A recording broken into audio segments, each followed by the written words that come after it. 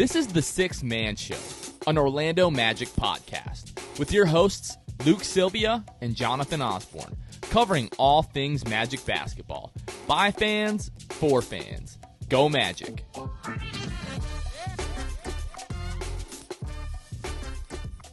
What's going on, Orlando Magic fans? You guys are back with the Six Man Show. Today is April 18th, 2021. Jonathan Osborne here, as always, joined by my co-host Luke Sylvia. Luke, happy Easter, bro. How was your Easter? Happy Easter, man. It was good. Went to church. Went to our friend's house after and did some lunch. Had the spread. Everybody kind of brought their own dishes. It was a good time. I had to take a nap before this, to be completely transparent, because I just was in my food coma and I was like, I need a second. So I slept for like 45 minutes. It was it was great. I'm still waking up a little bit, but we're powering through it. Well, I hope you all had a happy Easter. Luke and I are recording this Sunday night. This week we are going to get into our player grades. We know that we mentioned we were going to do that last week, but then Tony Huynh came on the show, and Luke, that got pretty good reception. And when Tony Huynh calls, you answer. Yeah, you drop everything, and you're like, we got to do this. So that's what we did. We got to do it, and it was a great episode. We've said it already. We said it on the last podcast. Definitely like a top 3, top 5 podcast that we've recorded with a guest. So if you guys haven't, feel free to go back, give that a listen, and we had a great time with it. Even if you're not like super into the social media stuff, like his insight and just overall humor, it was really entertaining. So even if you guys don't care about the social media stuff, definitely go back and check that out. But we are going to get into the player grades this week, Luke. We'll talk about the backcourt tonight, and then on Thursday's episode, we'll start talking about the front court, the forwards, the centers. Tonight's going to be all about the guards, or today's all about the guards, I really should say. But before we get into that, Luke, we do have a few housekeeping items. Everyone knows it is draft lottery season. We have the draft lottery actually a month from today on May 17th, Tuesday. We are going to be at Harry Buffalo, downtown Orlando, for our draft lottery watch party. Make sure that you guys come through for that.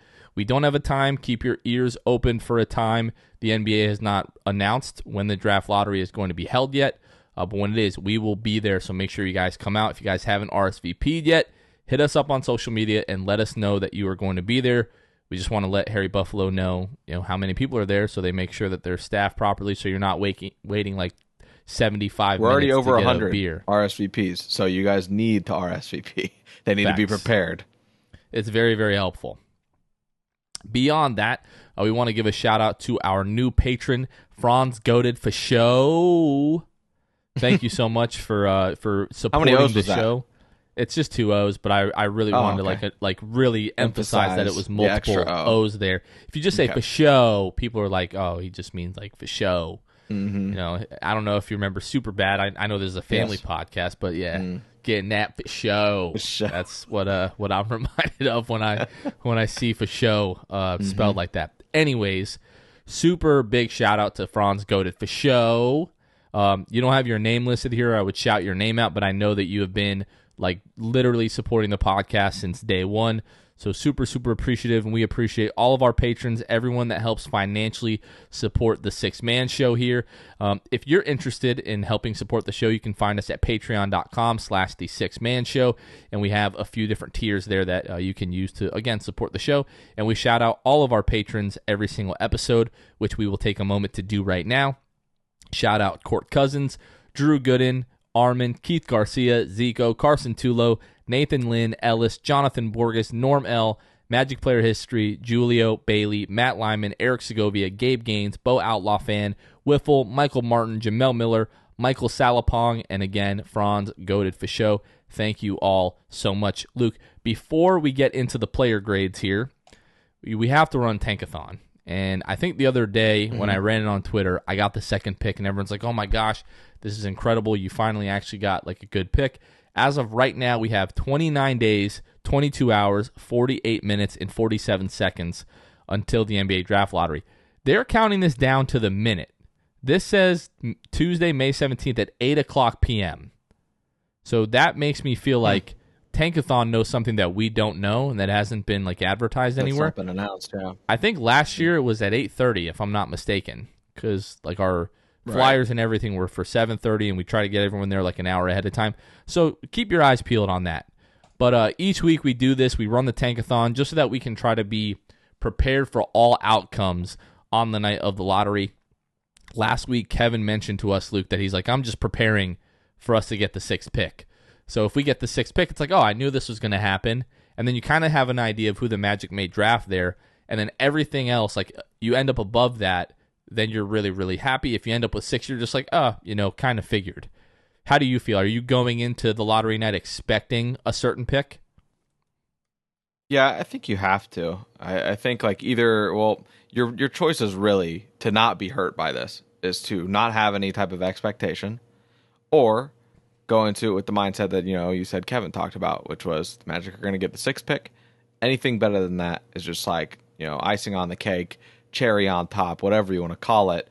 That's what that becomes. And so I think that's what I'm going to do, because we all did. We all set ourselves up to just be hurt like a bad breakup last year. You said it many times. You woke up and you're like, we're getting the number 1 pick today. And then they didn't, and you were devastated. And I just think that we cannot suffer at the hands of the lottery like that again. So I think we got to go in probably thinking either nothing or that we're going to get the 6th pick. Because I can't do the whole, like, we're going to get a first pick. I can't even do the whole top 3 thing. It'll be devastating if it doesn't happen. I think it's easy to say now, like, oh yeah, we'll just get the 6th pick and I'll be fine. When Mark Tatum is pulling that envelope and says with the 6th pick, or receiving the 6th pick is, if it's not the Magic, everybody starts to get really excited. And the part of you in that moment is going to be like, please don't be the Magic, please don't be the Magic, please don't be the Magic. Right. From there on out till number 1, you don't want to see the Magic on that piece of that paper. All my life, I've been self-proclaimed hopeless romantic. I want to see the best in people. I want things to work out. Eternal really optimist as well was what that would fit as too. Yeah, I guess. Yeah. And I'm just gonna keep thinking we're gonna end up with a top 3 pick. Top 3 pick, I will be totally fine. I promise. If we end up with the 3rd pick, I'll be like, that is great. We're gonna get Jabari, Paolo, or Chet Holmgren. One of those guys will be available. Like, it is impossible for them not to be. So I'll be fine with that. If we end up with the 1st pick or the number 2 pick, I'll be ecstatic. But 3, I promise I will sleep very well that night. I'll be like, let's go, we got it. Like, if we're not there at 4, to me, we win the night. Like, to me, the night was a complete success. If we end up in the top 3, I won't have any qualms about that. Just give me top 3. That's what I'm rooting for. Now, if we win the 1st pick, it's going to be pandemonium. Like, the place is going to go crazy. There's going to be people dancing in the streets. It's going to get crazy. It's going to be you, and that's it. But yeah, there'll be people dancing in the streets. Come on. No, I guarantee you I will not be alone at that point, because I'll be like, guys, come outside and dance with me in the streets. And, everyone will be so, it'll just be ecstasy, and not the drug, the feeling. Euphoria, not the show. Okay. The feeling. This would be great times. Okay. Yeah. And all right. So all of this, let's go ahead and sim the lottery, Luke. Everyone knows the rules at this point. You sim it once, that's it. And the Magic get the 4th pick. That's not what we want. The Pelicans again, number 1. What the heck? Sacramento, Oklahoma City, Orlando, Houston, Detroit. So the whole top 3 got hosed in this instance. I'm so glad the Lakers don't have their pick this year, because it seems like every other week that pick wins the lottery. And that would just be such BS for them to end up with the number 1 pick. So 4, we're looking at Jaden Ivey, Keegan Murray, somebody like that, according to a lot of the mock drafts that are out there.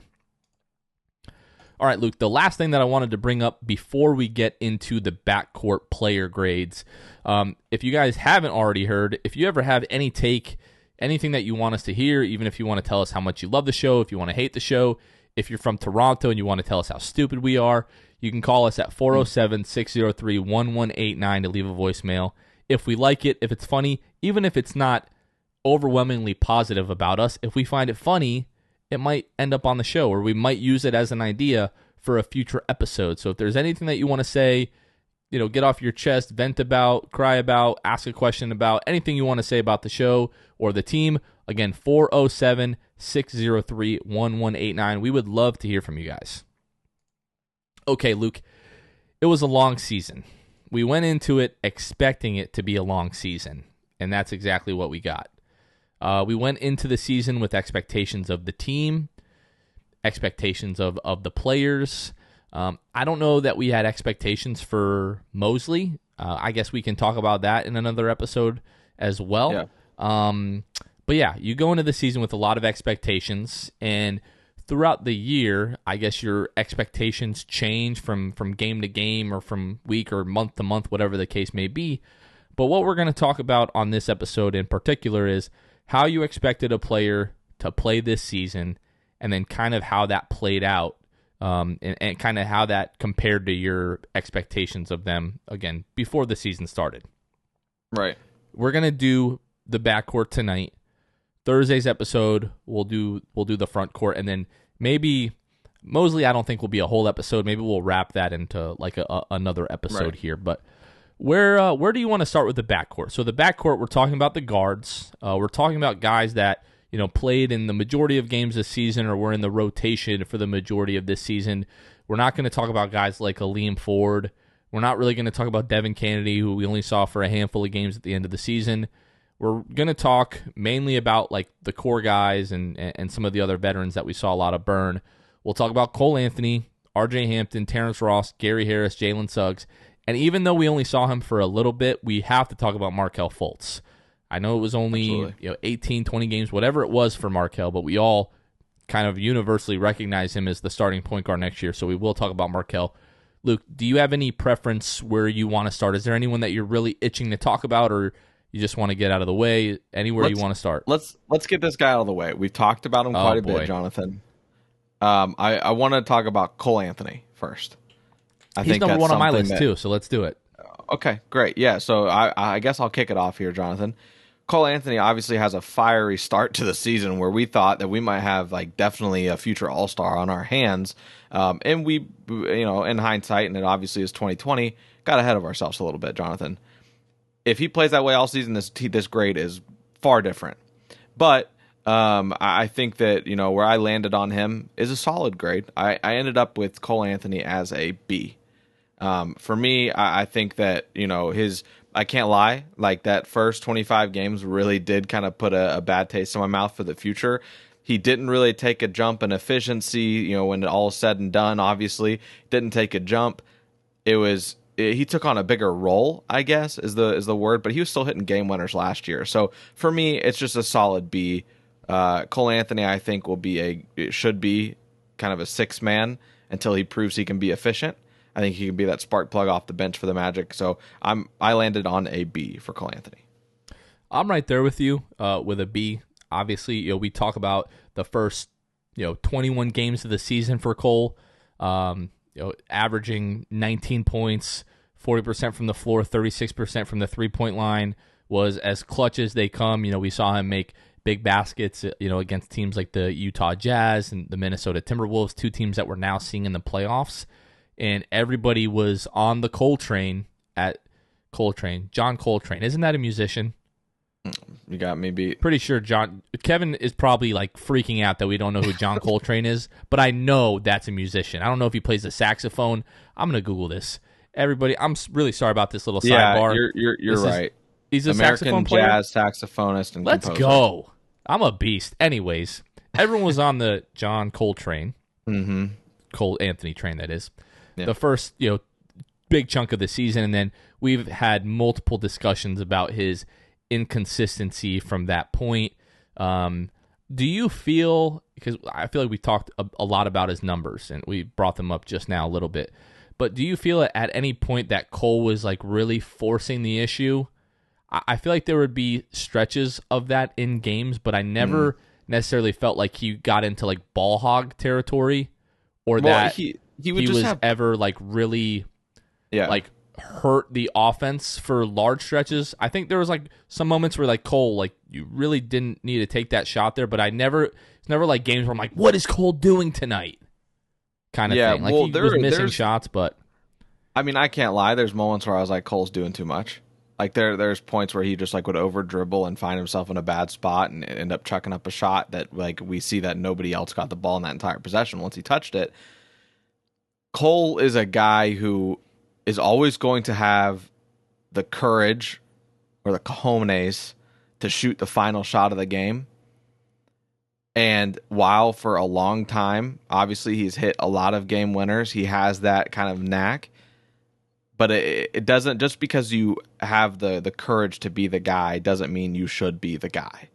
Ooh. And I think that's where Cole kind of ended up with me. Obviously, he could hit a game winner at the start of next year, and I completely changed my mindset. I'm like, no matter what Cole's stats look like throughout the year, he should be the guy to take the final shot, because he's got a great final shot percentage, obviously better than a lot of players because of the ones that he's already made so young in his career. But yeah, that's kind of, I think there were times where I felt like Cole was doing too much on the court, but it never was for long periods of time. It would be like one possession as like here and there where I'd just like shake my head at Cole Anthony. Well, so like just looking at his like on off, differential. So plus 6.9 points per 100 possessions when Cole is on the floor versus when Cole is off the floor, which ranks 87th percentile amongst guards. So I think even though Cole did kind of tail off after that first 20, 21 games, whatever it was still very apparent that the team operated so much better with him on the floor. And that's what I think maybe like buoyed my, I don't want to say tolerance isn't the right word of Cole, but I just knew that no matter what he was doing, we were still so much worse with him off the floor. Yeah. That it like raised your tolerance level to those kind of bad shots. Like basically what I'm saying is like you live and die with Cole taking those kinds of shots. And, he would have stretches, particularly early in the year, where it felt like he couldn't miss those shots. Right. As we got later into the year, obviously the efficiency started to tail off, just a little bit. But in terms of, the overall year for Cole Anthony, we're looking at a guy that played 65 games, averaged 16.3 points on the season, 39% from the floor, which isn't ideal, 33.8, basically 34% from the three-point line, 85% from the free throw line, which is encouraging, ends up with 5.4 rebounds, 5.7 assists, 2.6 turnovers a game. I also think, again, we know that the team was better with him on the floor, his ability to distribute the basketball. He led the team in assists per game and was, obviously by a mile, probably the third best rebounder on this team behind Wendell and Mo. Definitely one of the better rebounding guards in the league. I think that's even safe to say. And because of some of the other things that Cole adds to the game, he doesn't only impact the game with his scoring ability, but for me, if Cole is going to become like a long-term starter in the league, he has to be an efficient scorer. Even though he adds those other things, if he's going to continue to shoot 42% from the floor, sub 40%, I don't think he can be your long-term guard. Can he be more efficient? I hope so. I mean, we saw him get to the rim with some better efficiency, again, tailed off towards the end of the season. But at his size, he can create any shot at any time, get to his spots, which we always say is a big deal. But he's got to shoot the ball better. For me, that's really what it comes down to. Like we start, and we look at like pull-up shooting for Cole Anthony, 28% from three. For a guy who it feels like should be a really good shooter off the dribble, could definitely grow in that regard. 3-point percentage in catch and shoot situations, 36% from the 3-point. I remember DJ Augustine 3 or 4 seasons ago. Dude shot like 50% from 3 on catch and shoot opportunities. That would be great, but Cole just needs to shoot the ball better. Yeah, and I think that's a big thing of what like kept him from being even a B+ in my book, was just because of that. Like, yes, like you said, he improved in a lot of areas. His assist, facilitating the basketball, I think it went from the mindset of I don't trust anybody on this team but Markelle to run the offense, to seeing and coming to the conclusion like, okay, so now we can add Cole to that list. Averaging almost 6 assists, 2.5 turnovers, like not bad at all. Double the assists, which is what you want to see. It's not like he had a 1-to-1 assist to turnover ratio. I think that next year he could kind of even out. I think he could get to 45% from the field. I really do, solely because I think he should be taking less shots. I think he should be back near the number he took kind of his rookie year, which was like 11.7, which still might be high.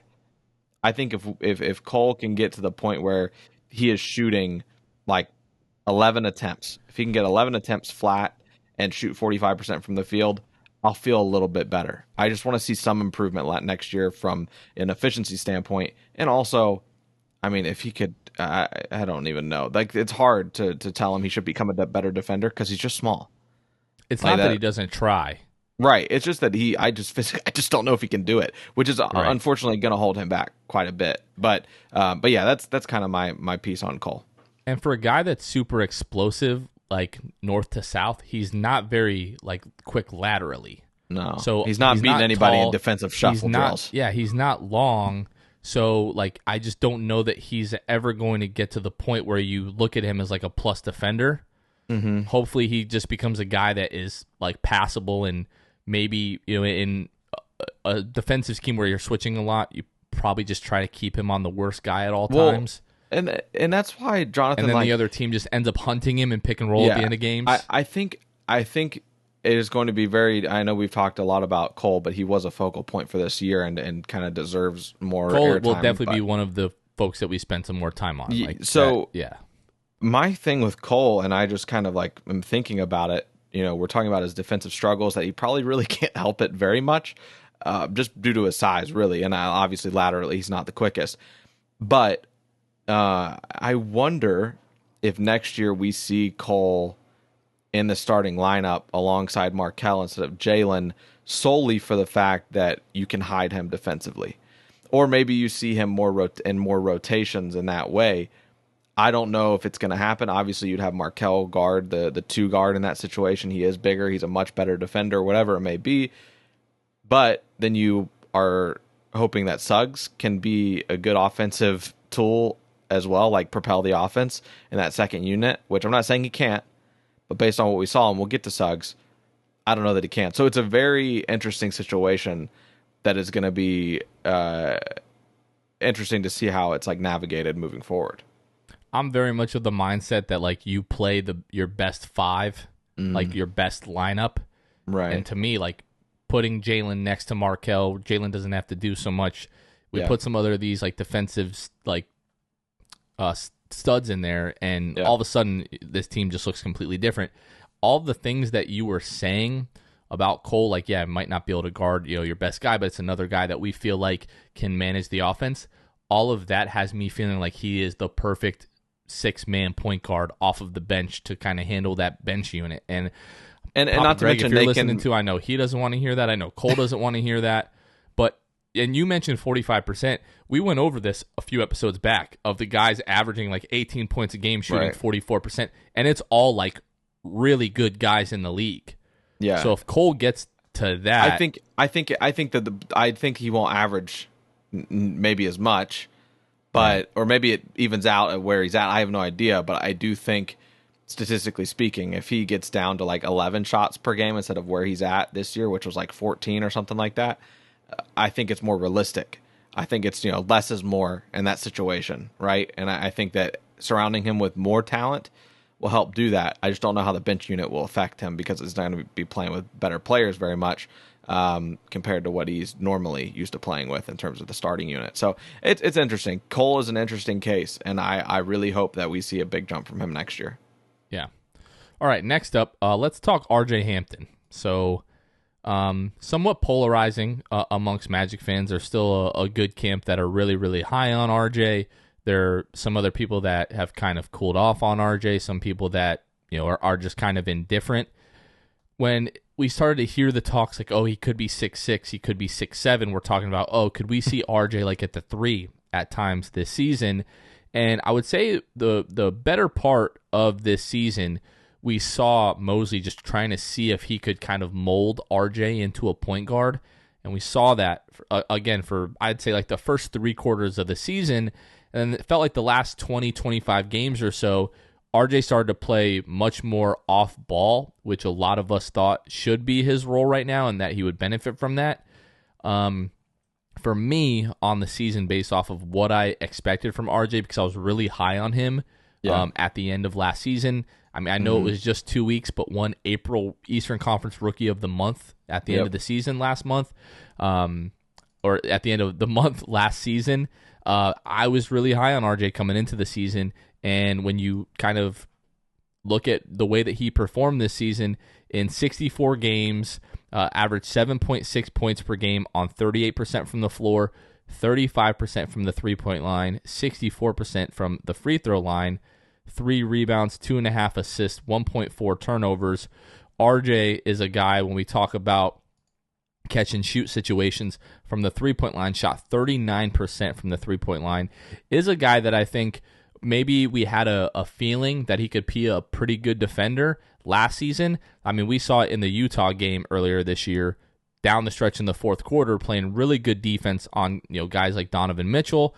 So now where it was like, oh, we have all of these guards, this is a logjam at the guard with Cole and Jalen and Markelle and RJ Hampton. Now I feel like if he bulks up a little bit and continues to improve as a three-point shooter, I could see RJ being like a 3-and-D wing kind of guy off of the bench.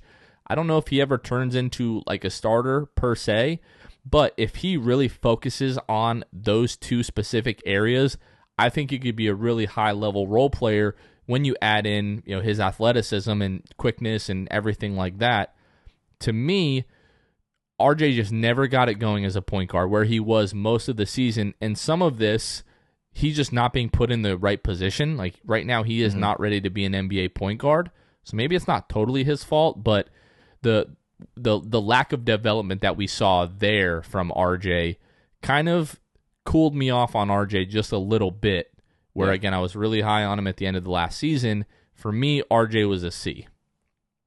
Okay. Yeah, I fell a little bit lower than that with RJ Hampton, just because I do feel like I was very high on him, like you said you were as well, coming into the year. I had high hopes for RJ. I was hopeful that he would be a better player. And to be completely honest, I don't think he was. I think that, he was a guy, he was able to, he had, 1 or 2 triple-doubles last year or something like that, near the end of the year. Like you said, 1 Rookie of the Month at one point. But just the decline that he took, and I get it, right? Like he played a bigger role somewhat last year just because of all the injuries, whatever. But the team was just as injured. He plays 64 games this year, Jonathan, and plays 4 minutes less a game, 21 minutes a game, and shoots 38% from the field, an average 35% from 3 on his 2.9 attempts. For me, I have RJ Hampton as a D+. I could never, I wanted to be on board with him so badly, but it's just every time I watched him play, it was like I just felt like there was something else that I realized that he has a problem doing. He very much needs to be like the last guy off the bench. I think that that's a player that he might be, and maybe it's harsh because he's only 20 and it's his second year and he's very, very young and is still learning the systems, and was in Denver and they really kind of didn't give him a huge chance. Comes into Orlando and gets his career high in points not too long after he joins Orlando, obviously on a worse team, but I was never defensively. He is good. He is very good defensively, but leaves a lot to be desired offensively. He's going to have to do a lot better than 38% from the field, only shooting 7 times a game. So for me, he takes a step back. He averages 7.5 points a game. He just didn't do it for me this year. After kind of really was a big letdown, and is a big reason for me to emphasize these grades for us are expectation versus reality of what we got this season, and RJ just didn't come close to meeting the expectation I had for him. I think there's like truth in what each of us are saying. Like I still think he could be, I don't know about a super high level rotation guy in the league, but I do think he could be a rotational piece for a decent team. Again, if he really hones in on the 3-point shooting and he really hones in on being just an elite defender, on ball, off ball, he showed kind of flashes in both scenarios this season. But there was a point earlier in the year where he was hanging around like 38, 39% from the 3-point line. After the All-Star break, it kind of really fell off. I think he averaged 32% after the All-Star break.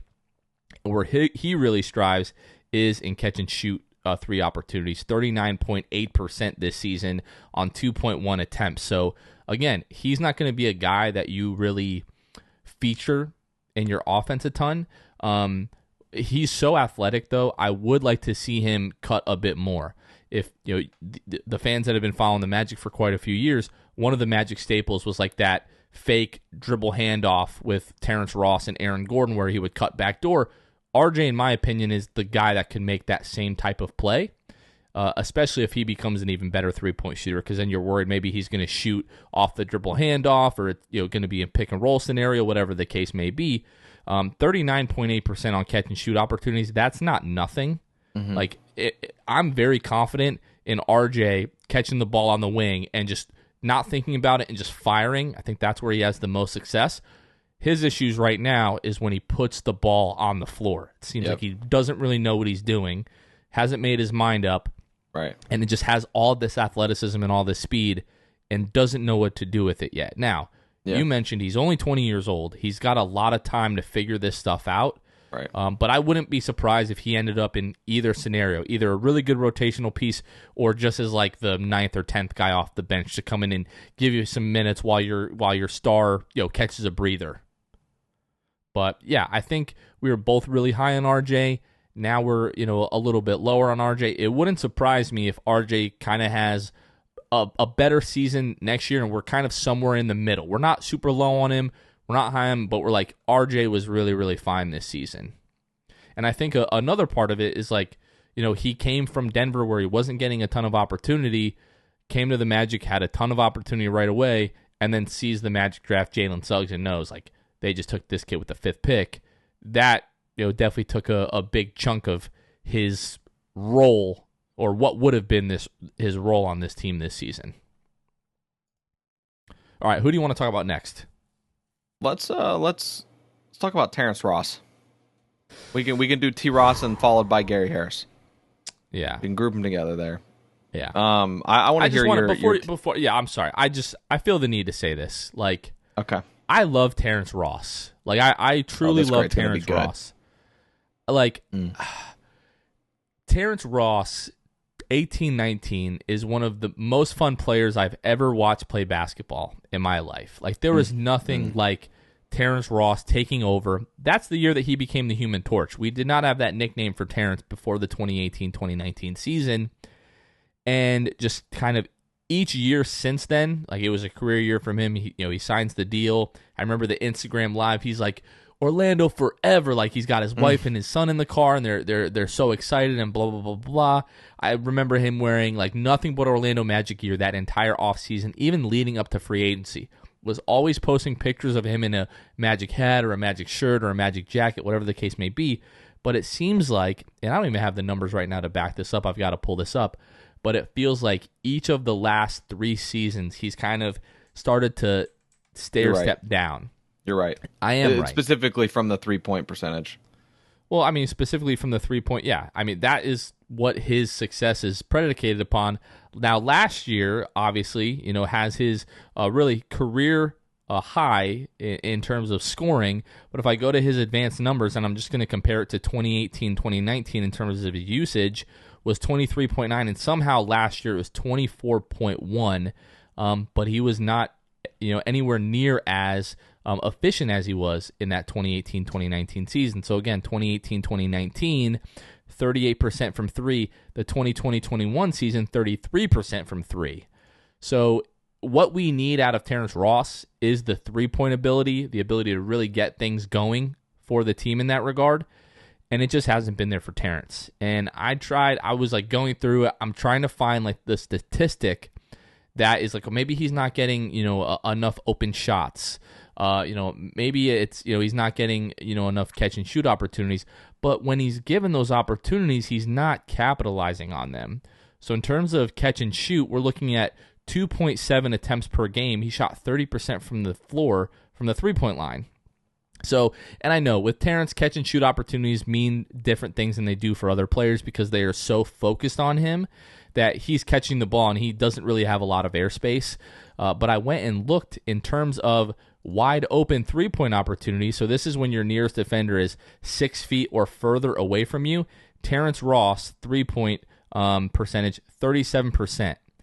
For a wide open guy, a guy that we call on to knock down those shots, 37% just is not good enough. Like, it just isn't.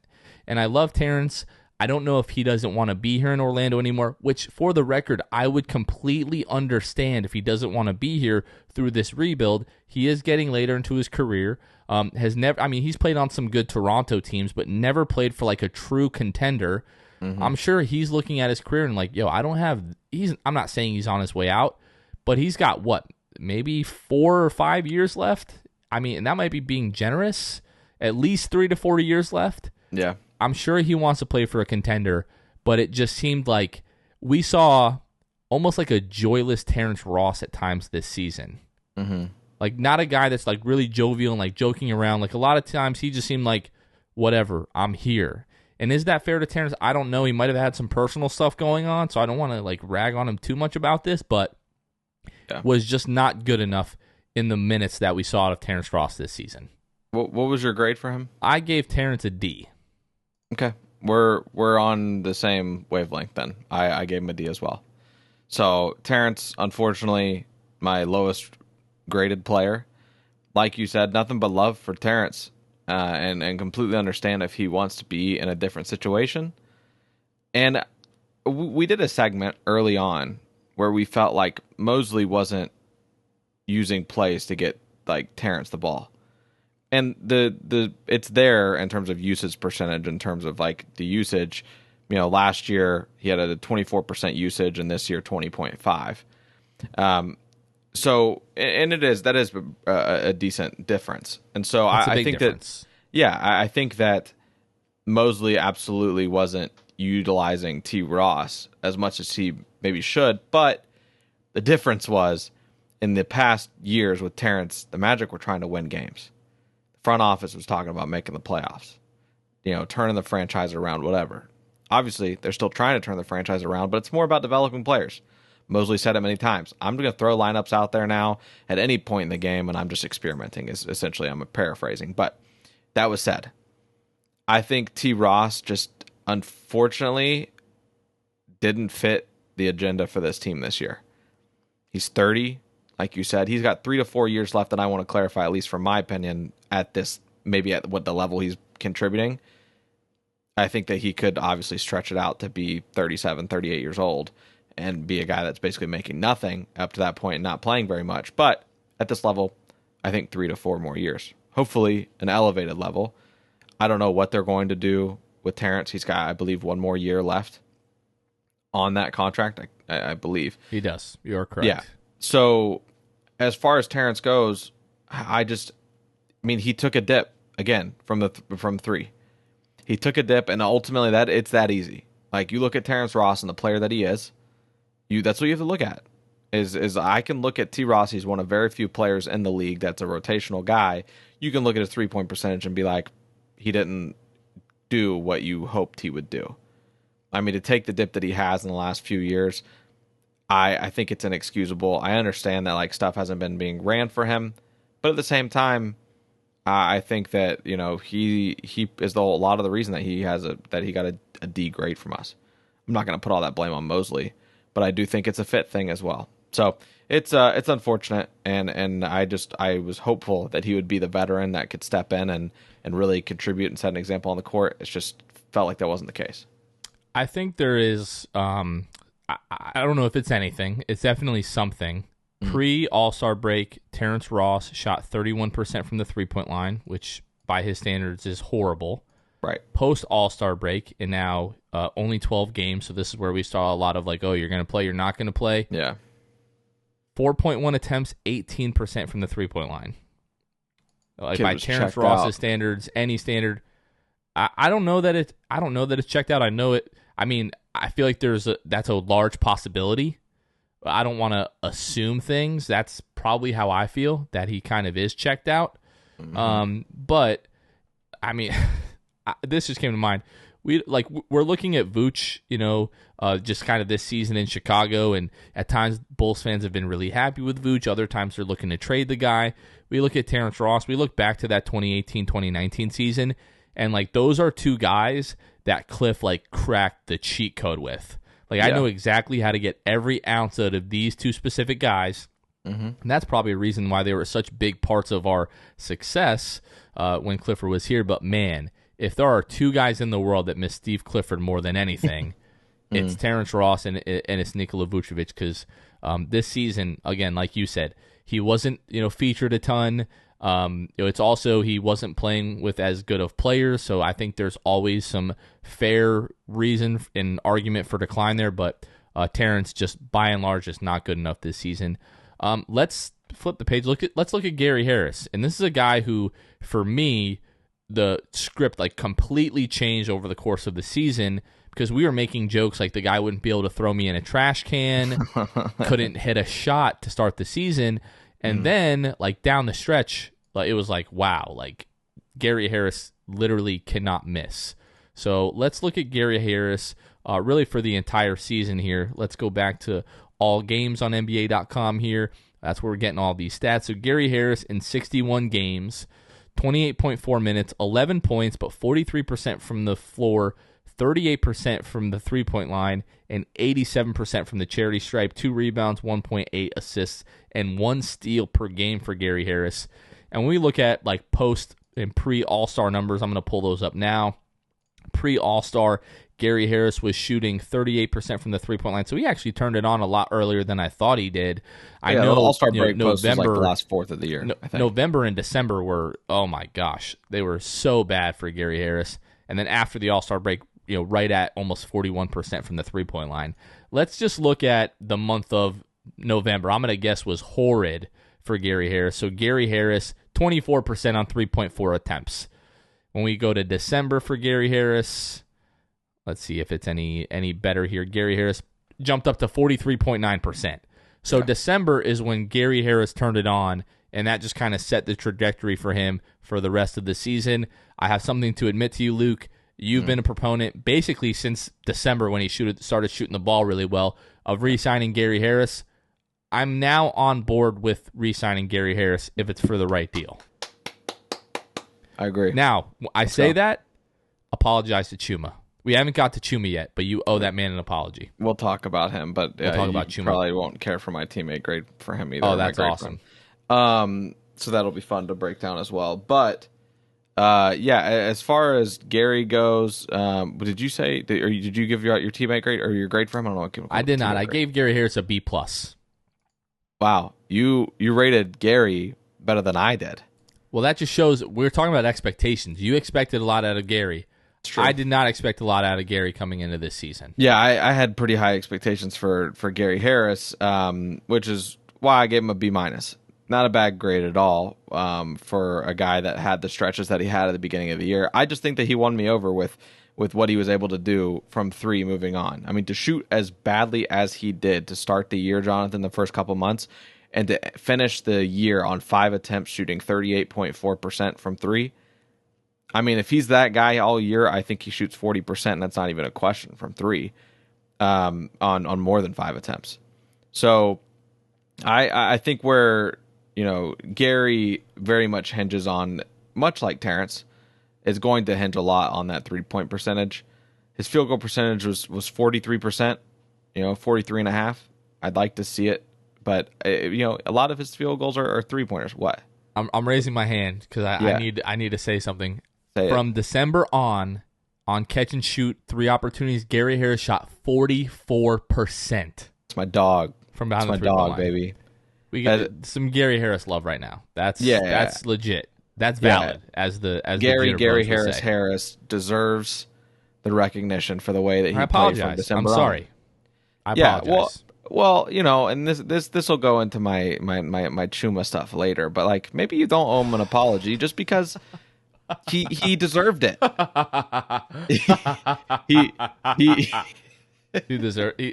Chuma deserves an apology. All right, bro. Well, okay. Chuma's splits were still terrible. Anyway, so Gary gets a B- from me, and I hope the Magic re-sign him on a team-friendly deal, whatever that looks like, and we'll see. I'm very interested. He didn't get traded at deadline. I feel like they would have traded him if they could get something. I would like to think you could still get something for Gary Harris if you were to trade him. I think that he's coming back as a result, and I think that they know it's going to happen. Time will tell. All right, let's move on to rookie Jalen Suggs, which the Magic took with the 5th overall pick in last year's draft. Jalen Suggs, 48 games, in 27 minutes, averaged 11.8 points, shot 36% from the floor, 21.4% from the three-point line, 77% from the free throw line, 3.6 rebounds, 4.4 assists, 3 turnovers, led the team 1.2 steals per game. Jalen Suggs. This is going to be a little bit polarizing of a discussion, I think. And really he is right now just kind of across the league and across the Magic fan base. For the expectations coming into the year, I gave Jalen Suggs a C+. Mm-hmm. You know what? And I'm changing my mind. I'm going to give him a B- because I thought he was going to be a good defender. He was a great defender. He was arguably the Magic's best defender this season. Probably for sure their best perimeter defender. So he was much better in that regard. And I thought that he was going to be good, but he turned out to be excellent defensively. But offensively, he did leave a lot, basically to be desired. The 36% from the floor, 21% from the three-point line. And then when you look at the 4.4 assists to 3 turnovers per game, the turnovers for me is really the major issue. I think as the year went on in terms of like getting to his spots, he started to do a bit better in that regard. But he still just gets stripped a lot. It's not always like bad passes. It's like a loose handle, strip ball turning into a live ball situation for the other situations. Team. That is a pretty good description. Again, not so much RJ Hampton, but still kind of doesn't really know what he's going to do until he's like already in a bad spot and then just ends up like coughing up the ball. Yeah. So offensively, I still think there's a lot of potential there. I do think if Jalen gets in the gym this summer and works on 2 things, specifically the handle and the three-point shooting, I think we could see a much different Jalen Suggs this year. But especially what we saw, in Summer League, he did shoot the ball relatively well and honestly looked better than anyone else did on that Summer League team. I thought Jalen was going to have a much better rookie season than he did. Yeah. So I'll go B- for Jalen Suggs. Okay. So Jalen Suggs, I've said it before, I'll say it again. I wasn't high on Jalen. I think I still stand there. I'm still not high on Jalen and what I think that his ceiling is. He's an incredible defender. And obviously you have to give that to him. He earned all of that. He comes back from injury. This team takes a huge leap defensively. Unfortunately, it's a twofold game. Like you have to perform offensively as well. And as you highlighted, just didn't play well offensively. He looked at times like he wasn't sure what he was going to do. He started to dribble with his head down and just all of a sudden found himself in a situation where like you said, he gets stripped, he makes a bad pass as a result, and led to that really bad assist to turnover ratio, which improved throughout the year and ended up being better than what it was and what it was looking like. But all that to say, after Summer League, seeing him perform, hit some big shots in Summer League, I was swayed a little bit to the point where I was like, I'm still not high on him, but I believe he could be a decent player. Like I think that he could be pretty good. And so as a result, I think if I were to have had that same feeling I had draft night when drafting Jalen Suggs, I probably would have given him a higher grade because my expectations would have been lower. But because my expectations were higher, I gave Jalen a C. I just think that, like I said, I think that he just did not perform well at all offensively. I never really trusted him offensively with the ball. And that's kind of contributed to his C grade.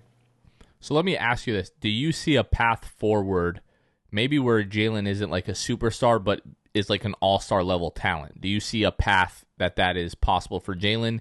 If not, why? And if so, what do you think he has to do to make sure that happens? Well, I think regardless, I can answer like what he has to do. I think that he needs to improve with the ball in his hands.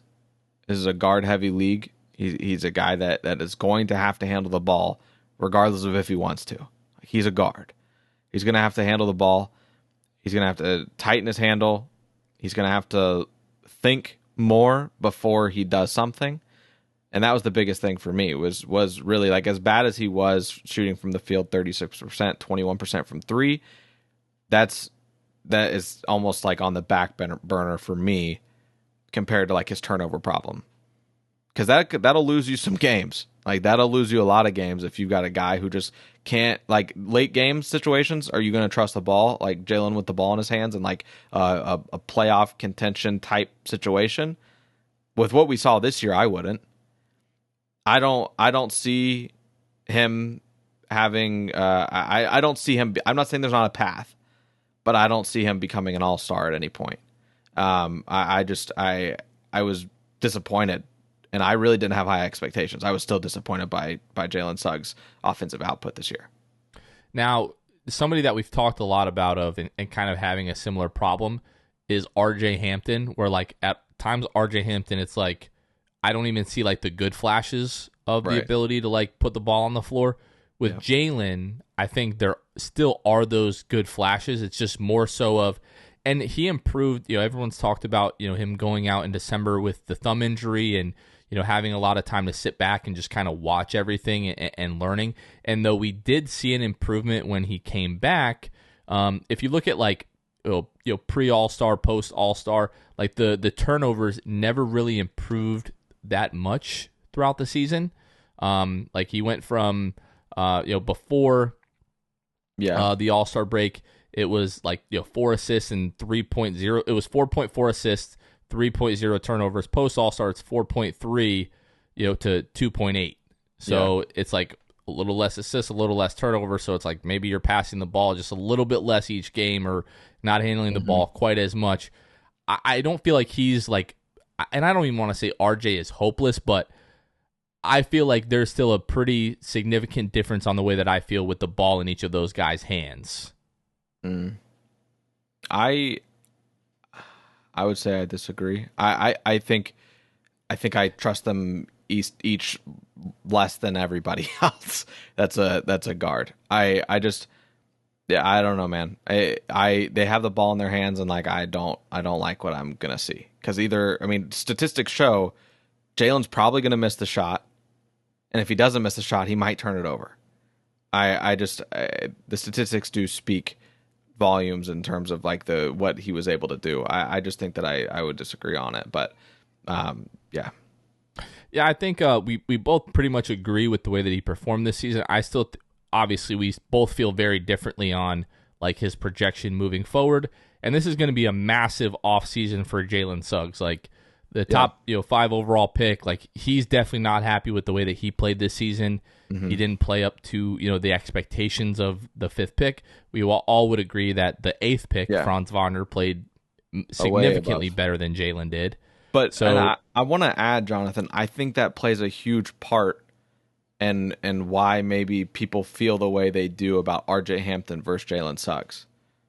I mean, RJ's 20. Like he's got a lot to go from. Like he's got but not being a top 5 pick, it kind of makes you feel less promising about his future. I think that people are definitely doing that. I think Jalen being a number 5 pick, like you said, a top 5 pick shouldn't have performed that way in his rookie year. And not to mention he was a guy that was a top 2, top 3 pick projected sometime during the college basketball season. I think that where he got picked plays a huge role in people still being able to believe in him, because I think if some team was able to pick him at 5, he's got to have something there. But and my retort to that would be like, I don't know that that's the case. Like I don't know if like just because he was a top 5 pick means that like we should have these all-star type projections for him. He just might not work out that way. He might be a solid rotational player, and I don't think there's anything wrong with that as long as he fits on this team. I think that obviously we could talk forever about Jalen Suggs and kind of why we think the way we do, but all that it really can be boiled down to this is like you said, a huge offseason for him, and it's going to be very interesting to see how he responds next year with more talent around him, maybe a little bit more guidance, hopefully, and getting maybe some more veteran presence in the locker room would be nice, but we'll see. Well, unfortunately, as much as I still believe in Jalen Suggs, I can't disagree with anything that you just said. I mean, we watched every single game that he played this year, and he did not live up to expectations. He didn't play particularly well. Yes, there were flashes. And the optimist that I am, I'm choosing to see those flashes and seeing, like, if he can harness those, he'll be pretty good. But again, I can't disagree with anything that you just said, unfortunately. So I have to just sit here and be like, all right, and we will take the kind of wait and see approach, with Jalen Suggs. The last backcourt player that we're going to mention, we have to, Markelle Fultz. So obviously missing 14 months coming off of the ACL. Didn't play the large majority of this season. Really just came back, the last couple of months here. Did play 18 games for the Magic in 20 minutes per game, averaged 10.8 points on 47% from the floor, 23.5% from the three-point line, 80% from the free throw line, 2.7 rebounds, 5.5 assists, 2 turnovers, 1.1 steal a game. What did you think about Markelle Fultz? I love this man. I really do. I appreciate him more now than I did before he came back. You obviously have been high on Markelle and as the point guard of the future, that sort of thing. And I, just because of lack of personnel, would agree with you at that point. Like, he is a starting point guard for the Magic heading into next year. But the way that he played in his 18 games, the win percentage was better. The Magic go 6-12 in that span with the personnel they've got and with what they were working with, and basically admitting and showing that they were tanking. 6-12 is pretty impressive. So with what Markelle was able to do, with the training wheels on, with the reins on. Yeah, exactly. 20 minutes per game. He finished at 20 minutes a game flat. So I think that Markelle is played incredibly for what I thought. The 3-point shot, I've never believed that it's going to happen. So 23% on almost 1 attempt a game, whatever. I would love for him to improve there, but I don't know if it'll happen. I just hope at some point he just kind of stops shooting the 3 ball and just becomes a guy that fully just embraces facilitating, which I think he has. Embracing facilitating and getting the basket, getting to his spots. His mid-range jumper, filthy. So Markelle Fultz, for the sake of time, I'll cut my explanation short there. I gave him an A-. Markelle Fultz, I gave Markelle a B+, just because in terms of, I knew if he came back and was healthy, I knew the kid was going to be filthy. I never lost belief that Markelle would come back from the injury and eventually get to where he was going to be. But to come back and look the way that he did, now the only reason I gave him a B+ is because I feel like in more minutes could have been even better. I felt weird about giving a guy that averaged basically 10 points a game an A+, but I don't think there's, as long as it's a good grade, there's not a wrong grade for Markelle. If you feel like he was an A+ or an A-, whatever the case may be, the kid was fantastic when he came back. The team looks so much better. I remember laughing early in the season when people were like, "Oh, we have Cole and Jalen. Markelle's the guy, the oddball out." And I'm like, "What the hell are you guys talking about? You completely forgot." Top. yeah, literally. Yeah. You just completely forgot about everything that you saw out of this kid. Markelle to me is not a guy that you can look at his numbers and be like, "Oh, this is the player that he is." It's hard to measure his impact on the floor unless you're watching these games and you just see how much better the offense looks, how much more energized guys are because the team just looks better, and then they're more energized on the offensive end. They play better on the defensive end. He's a better defender than Cole Anthony, so the team obviously takes a little bit of an upgrade there with him on the floor. But you cannot right now overstate how much better Markelle Fultz makes this team. Yeah, what I'll say, they win 20 games on the year, and they win half of the games a third of the games that they played when he came back. Yeah, so I would have given Markelle an A if it wasn't for something he can't help, which was how soon he came into the season. My expectation for Markelle was that he was going to be playing sooner than he did, way more than 18 games. Fully ramped up near the end of the year. Obviously, near the end, he was playing 24, 25 minutes a game, really, near the end of the season. But, yeah, I think he would have been an A for me instead of an A-. It's just was out of his control. I don't think that he would be displeased with an A- by any means. It's still a great grade. for a guy that only played 20 minutes a game, and it speaks to the volume that he had. And it also plays into the fact that like my expectations weren't as high as yours for him too. So could be another reason that you gave him that whatever it was, the B plus instead of an A minus. He's exceeded expectations and his minimal sample size that we had. So I mean, you can't discredit Markelle at all for what he was able to do in his 18 games. So Markelle, in playing, mostly with the bench unit, not playing with the best players on the floor, in his time this season was a plus 5.4 differential per 100 possessions when he was on the floor versus when he was off the floor, which is good for the 81st percentile for point guards. Now, Cole was at the 87th percentile, and like Cole by no stretch of the imagination was bad this season, but definitely had the benefit of playing with guys like Franz, right? With Wendell Carter, with Mo Bamba, playing kind of in that better lineup. But yeah, Markelle in a lot of minutes where we saw Ignas Brezdeikis and Admiral Schofield, that Markelle was on the floor. For him to be in the 81st percentile in terms of on-off court differential speaks to the impact that Markelle had on this team. And we saw like Markelle and Mo Wagner like together. Like Mo Wagner would just play like he was a Super Saiyan. I know that you might not understand that reference, Dragon Ball Z. I'm there now. Sorry, your anime, knowledge. I'm not always sure on, so I can't. No, fair, but I think anybody that even isn't into anime knows what that is. Anyway. I would hope so. The point stands. Mo Wagner just also looked great with Markelle Fultz on the floor, but yeah, yeah, I think that's really where we're at with our player grades. We mostly agreed here. Would love to hear your guys' thoughts, whether you agree, disagree, your reasons why, like in the YouTube comments or, wherever you're listening to the podcast.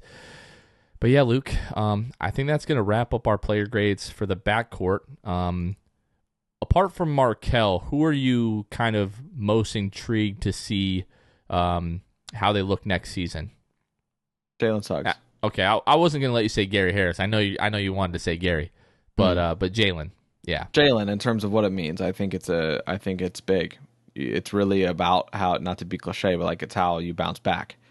Yeah. And he had, for lack of a better term, a terrible year, like in terms of just all around. I think it was not really all bad. Around. Defensively, he was phenomenal. But the offensively, I'll say terrible. The offensive weaknesses to me made it a bad season. Like it's you can't, like, they don't just throw out people because they play good defense. Like, you got to play good offense. And so Jalen Suggs, man, I think that he is the one I think has the most important offseason of these guards. Obviously, Cole, you could argue as well. There's a lot of arguments to be made, but I think Jalen, Cole, just because even he where he's at, though, Cole, even where he is at, has like a role in the league as a bench scorer. Yeah. Jalen, on the other hand, he's trying to find always this bad offensively. Yep. Like you said, like they don't really. I mean, unless you're Matisse Thybulle, I'm not saying Jalen is Matisse Thybulle, but Matisse Thybulle is thrown out there because he's a stud defensively, and that's it. Like, let's not pretend that's not the case. But I'm not giving up on Jalen. I don't think you are either. That's not what you're saying. No. I'm not trying to put words in your mouth.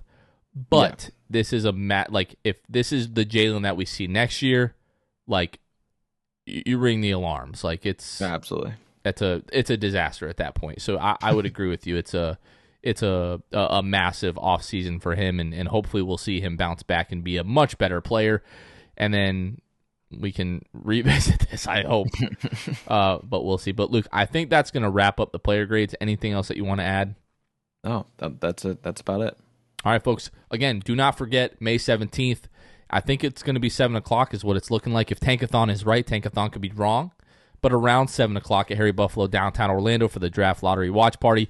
Make sure you call, leave us a voicemail, 407. I'm now forgetting the number again. Let me pull that back up here for us. 407-603-1189. I forgot how many numbers are in a phone number, apparently. But for Luke Sylvia, this has been Jonathan Osborne. You guys are listening to The Sixth Man Show, and we will catch you guys next time. See ya. Thanks for listening to The Sixth Man Show. Be sure to subscribe on iTunes, Spotify, Google Play, and Stitcher to get new episodes downloaded directly to your phone. Please take a minute to give us a 5-star rating and a review. It would really help us out a lot. Follow us on Twitter and Instagram at 6 Man Show and like us on Facebook. We'll catch you guys next time. Go Magic.